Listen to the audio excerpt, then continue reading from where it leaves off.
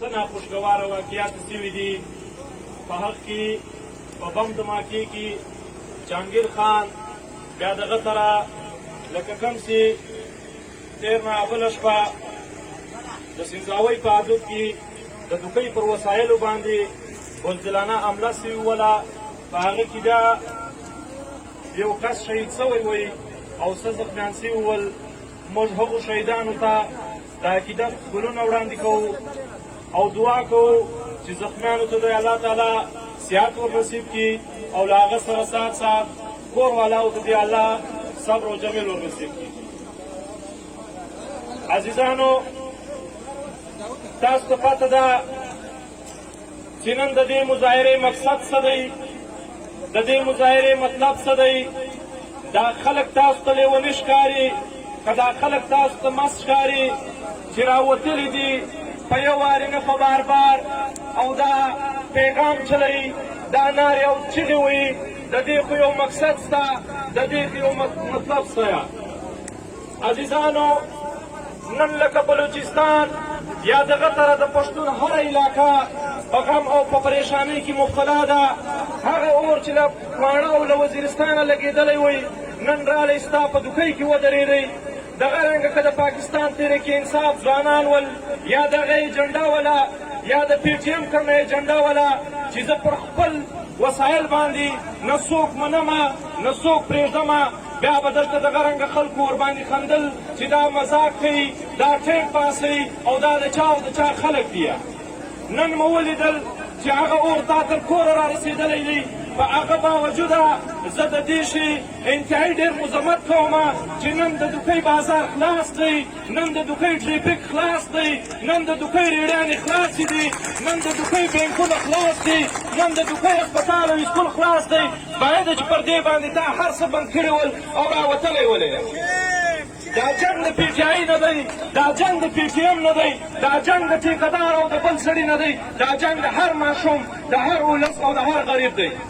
بیا ته ولې په ځان کې دا شی نه پیدا کوې؟ ته یې واره دښتې ته نسې راوتلی، دوکان نسې بندولی. دا خلکو ستا ټیکه اخیستې ده، دا خلکو ستا د وسایلو ټیکه اخیستې ده. هغه باوجوده دا خلک ته راوځي ستا د وسایلو دپاره، ستا د عوام د حفاظت دپاره له هغو ادارو څخه سر چکراوي. هغه که څوک تقریر وکړي، هغه که څوک پوسټ وکړي، هغه که څوک روډ بند کړي، د هغه په خلاف احتجاج کوي. هغه قوتونه څوک دي؟ هغه قوتونه څه طرح بیا بندېږي؟ هغو قوتو ته به بیا موږ څه طرح پیغام ورکوو چې زه پر دا خپله خاوره پر دا خپلو وسایلو باندې د ستا بدماشۍ د ستا غونډګري نه منم. او که ما او تا دا طرح بې غیرته یو، که ما او تا دا طرح بې ضمیره یو چې د یوې ورځې دپاره د یوې ګنټې دپاره دوکان نسو بندولی، بیا د دې خلکو مخنیوی کول ګران دی. عزیزانو، لکه نن چې پی ټي ایم راوتلی دی، لکه نن چې پښتونخوا میلاوه سوې ده، لکه نن چې پی ټي آی میلاوه سوې ده، باید چې هر سړي دا پر ځان پاس ګڼلي ول او راوتلي ول او دا یې هېڅ کړی وی چې تر هغه پورې به دا زما مذمت جاري وي، تر هغه پورې به دا زما مزاحمت جاري وي چې تر څو پورې دا خلکو ما له وسایلو لاس نه وی اخیستی. عزیزه، زه 210 روپۍ تا ته کمیشن در کومه،